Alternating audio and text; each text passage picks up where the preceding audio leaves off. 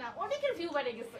আল্লাহ, rich বাড়ানোর জন্য তো আমার চেহারাটাকেও ইউজ করতেছে, মানে আমার চেহারা নাকি পিগমেন্টেশন, আমার ব্রণের দাগ, আমার ফর্সা হওয়া উচিত, আমার কত কিছু হওয়া উচিত। আর্টসোপিয়া অনেকে বলেনি, কারণ আর্টসোপিয়াকে মানে অনেকেই তোকে সামনাসামনি দেখছে এবং খালি ফেসে দেখছে, তো তারা খুব ভালো শুনেন, করে জানে। আপনারা যারা আমার রেগুলার ব্লগ দেখেন তারা কিন্তু আমাকে ম্যাক্সিমাম টাইমে ওই কাজের মেয়ের মতোই দেখেন, মানে বিয়ার ফেসে দেখেন। আমার কিন্তু তখন কোনো মেকআপ ফিল্টার তেমন কোনো কিছুই থাকে না।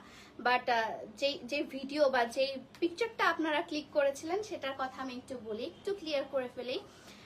সেটা ছিল হচ্ছে আমাকে বসানো যেখানে হয়েছিল সেটা হচ্ছে লাইটের একদম অপোজিটে আমি বসেছিলাম ফার্স্ট অফ অল।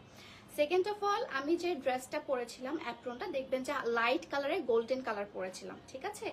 সো সেই গোল্ডেন কালারটার জন্য আমরা যখন লাইট কালার পরি তখন এমনিতেই স্কিন টোনটা কিন্তু একটু ডার্ক মনে হয়, আর লাইটের অপোজিটে থাকার কারণে আরো বেশি ডার্ক লাগছিল।